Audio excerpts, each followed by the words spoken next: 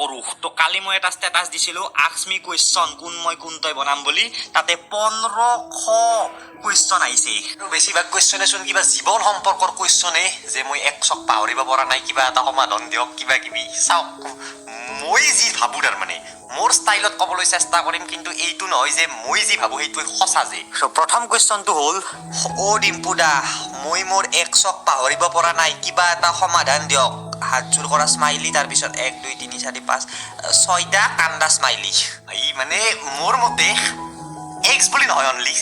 যদি আমি এটা বস্তু বহুত মৰম কৰোঁ হা আৰু সেই বস্তুটো যদি হঠাৎ নোহোৱা হৈ যায় আমাৰ পৰা গুচি যায় সেই বস্তুটোক আমি তেতিয়ালৈকে পাহৰিব নোৱাৰোঁ যেতিয়ালৈকে সেই বস্তুটোক আমি যিমান মৰম কৰিছিলোঁ তাতকৈ বেছি মৰম কৰিব পৰা বা তাৰ সমান মৰম কৰিব পৰা বেলেগ বস্তু এটা আমি নাপাওঁ জীৱনত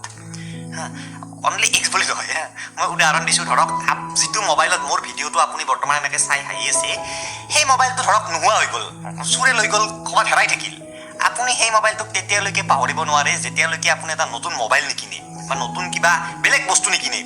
যিমান এটাচ আপুনি মোবাইলটোৰ প্ৰতি আছিল সিমান এটাচ হ'ব পৰা বেলেগ বস্তু আপোনাৰ হাতত আহি পৰিব লাগিব তেতিয়াহে পুৰণা এক্স পাহৰি পেলাব বুজি পাইছেনে তো আপোনাৰ এক্স গুচি গ'ল তো আপুনি এনেকুৱা এটা কাম বিচাৰক যি কামটোত বা